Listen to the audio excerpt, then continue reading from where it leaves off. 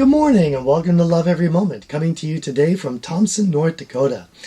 Today's verse is 1 John 1:2, but I'm going to tag the end of verse 1 on that, concerning the word of life. And the life was manifested, and we have seen and testify and proclaim to you the eternal life, which was with the Father and was manifested to us.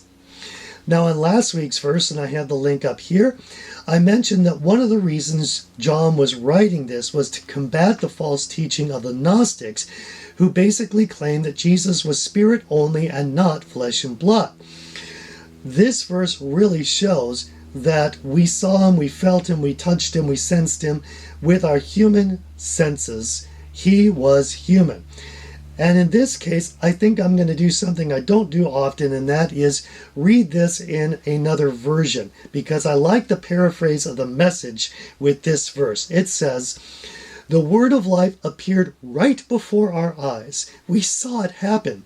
And now we're telling you in most sober prose that what we witnessed was incredibly this: the infinite life of God himself took shape before us."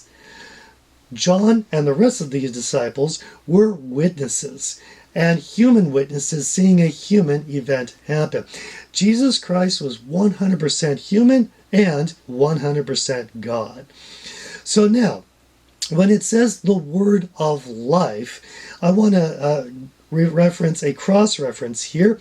Also in the Gospel of John, so I'm using John a lot to reference his own works. In John chapter 6, a lot of the followers left Jesus after a difficult teaching, and Jesus turns to his disciples wondering, "Are you going to leave me too?" And in verse 68, Simon Peter answered him, "Lord, to whom shall we go? You have words of eternal life."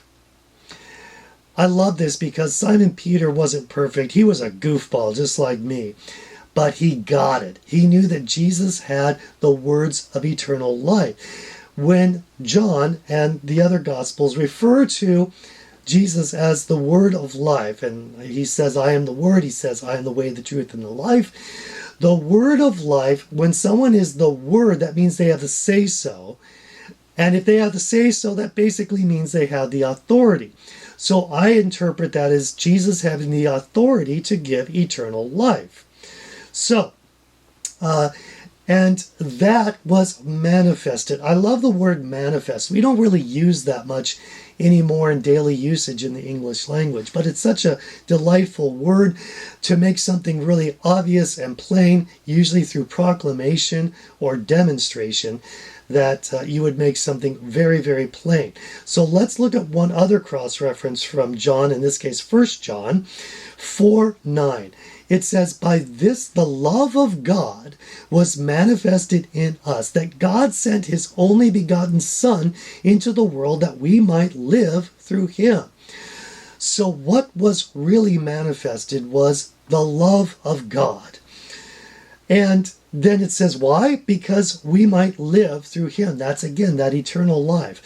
Now, the concept of eternal life, I can say that I got it probably in an intellectual capacity.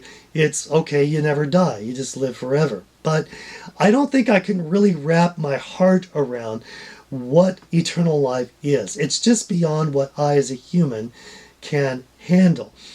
But that's the beauty of this, that Jesus Christ came in flesh and blood. He was fully human, and that I can relate to.